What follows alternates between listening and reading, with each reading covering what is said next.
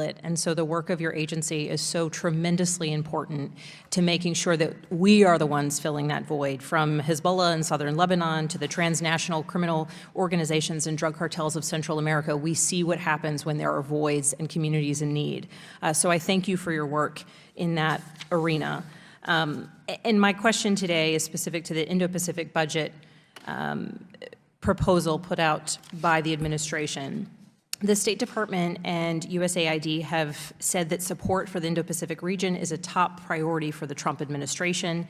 And in a tweet on March 12th, the @US Foreign Assistance account stated that the budget request for the Indo-Pacific efforts, quote, nearly doubles foreign assistance resources we will invest in the Indo-Pacific to promote a free, open, and secure region, end quote. Is this accurate, that this budget request doubles our state and USAID investments over current levels? I'll have to respond to you more formally, but for the Indo-Pacific, presumably yes, it's $1.2 billion, and the Indo-Pacific strategy was just launched in 2018. So in terms of specific accounts, I'll be happy to respond to you formally. And I would appreciate that formal response.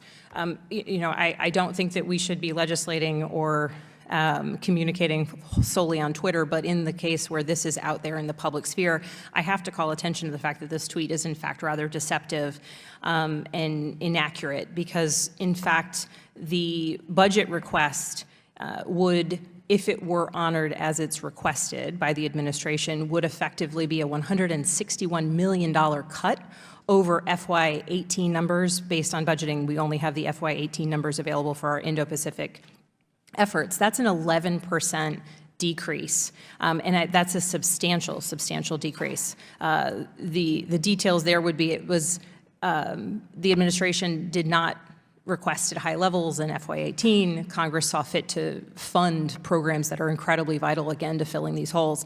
So I am very concerned by the fact that this is the message that's being put out, that in fact it looks as though we're increasing our efforts when indeed the proposal would be cutting them.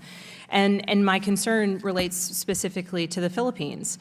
The Philippines is one of our largest foreign assistance recipients in Asia through the Partnership for Growth, and we have seen a troubling erosion of democratic institutions in this country, from erosions of the media, the judiciary, the well-reported extrajudicial killings that exist across the country, and having spent time studying and recognizing the challenges, the counterterrorism challenges in Mindanao, my question for you is, what do you think we can be doing to address the root causes of the conflict in Mindanao, and how do you feel that those efforts are going?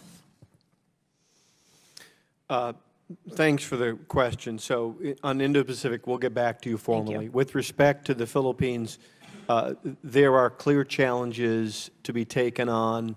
I was just trying to get to the page on our self-reliance roadmap, because it's one of the areas we want to prioritize in terms of civil society and responsive governance, not only because it's an expression of American values, but we all believe it's key to a sustainable economic future.